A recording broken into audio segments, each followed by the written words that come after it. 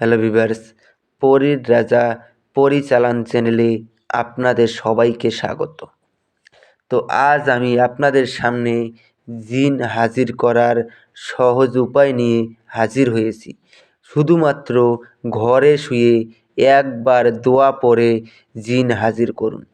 কীভাবে হাজির করবেন আমি আপনাদেরকে পুরো ভিডিওতে বিস্তারিতভাবে বলে দিব, কিন্তু আপনারা পুরো ভিডিওটা স্কিপ না করে দেখে আপনারা পুরো ভিডিওটা মনোযোগ দিয়ে দেখবেন, না হলে বুঝতে পারবেন না।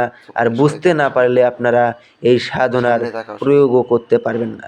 আরও একটা বিষয় আমি আপনাদেরকে কথা বলবো, যেটা হলো কি, আপনাদের অনেক ভাই বোনেরা রয়েছেন যে আপনাদের বয়স 15 বৎসরের কম, আপনারা চালান নিতে চাচ্ছেন। 15 বৎসরের কম বয়স হলে পরে আপনারা এই চালান নিতে পারবেন না। চালান যদি নিতে চান তাহলে পরে আপনাদের 15 বৎসরের বেশি হতে হবে, তবেই আপনারা চালান নিতে পারবেন এবং সাধনার প্রয়োগ করতে পারবেন। যদি আপনাদের বয়স কম হয় তাহলে পরে আপনাদের চালানও হবে না এবং আপনারা নিজেরাও সেটা প্রয়োগ করতে পারবেন না। আর চালান নিতে গেলে এই নাম্বারে আপনারা আমার সঙ্গে যোগাযোগ করে নেবেন। তো আশা করি আপনারা বুঝতে পেরেছেন। এটা এটা যদি আপনারা প্রয়োগ করেন, আমি আপনাদেরকে নিয়মবিধি সমেত বিস্তারিতভাবে আমি পুরো ভিডিওর মাঝখানে বুঝিয়ে দিব।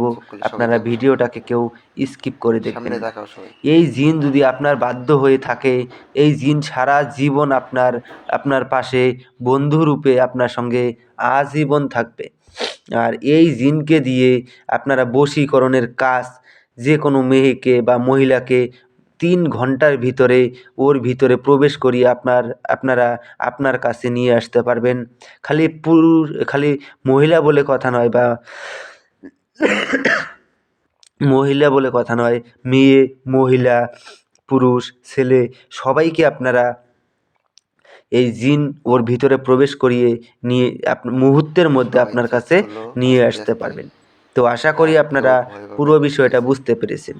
আর এই জিনকে দিয়ে আপনারা কঠিন থেকে কঠিনতম কাজ মুহূর্তের মধ্যে আপনারা হাসিল করে নিতে পারবেন।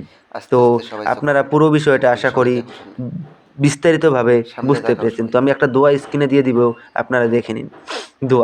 দোয়াটা হলো গিয়ে, ইয়া রাব্বুল আলামিন, দোহাই লাগে জিনের বাদশা, দোহাই লাগে জিনের বাদশা।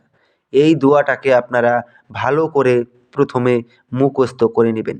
ভালো করে যখন মুখস্থ হয়ে যাবে তারপরে আপনাদেরকে যা করতে হবে, এটা মুখস্থ হয়ে গেলে আপনারা মন্দিরে অথবা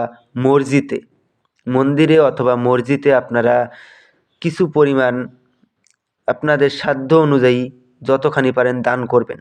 দান করে দেওয়ার পরে আপনারা আমার কাছ থেকে কমেন্টে অনুমতি চাইবেন এবং লাইক, কমেন্ট, শেয়ার এবং চ্যানেলটাকে সাবস্ক্রাইব করে আপনারা আমার কাছে অনুমতি চাইবেন। আমি আপনাদেরকে অনুমতি দিয়ে দিব। সবাই চোখ খোলো, অনুমতি ঠিক আছে, নিয়ে আপনারা এটা যে কোনো মঙ্গলবার রাত্রে আপনাদেরকে এই সাধনাটা করতে হবে। এই সাধনা করতে গেলে আপনাদেরকে কি কি জিনিস প্রয়োজন আমি আপনাদেরকে বলে দিচ্ছি। ধূপকাঠি নেবেন, একটা মম নেবেন, আর কিছু দেশলাই নেবেন, আর আপনাদের মাংস, যে আপনারা হিন্দুরা যদি হন তাহলে পরে পাঠা অথবা খাসির মাংস নেবেন, আর মুসলিম হলে আপনারা গরু মাংস নিতে পারেন, কোনো সমস্যা নেই। ওটাকে আপনারা রান্না করে একটা ভালো পাত্রের মধ্যে নিয়ে নিজের কোনো একান্ত ঘরে বসে এই দোয়াটাকে একবার পাঠ করবেন। একবার বলার সঙ্গে সঙ্গেই জিন আপনার সামনে এসে হাজির হয়ে যাবে। জিন হাজির হওয়ার সঙ্গে সঙ্গেই আপনার যে ওই ভোজনটা দিয়েছেন ওই ভোজনটা খেয়ে নেবে।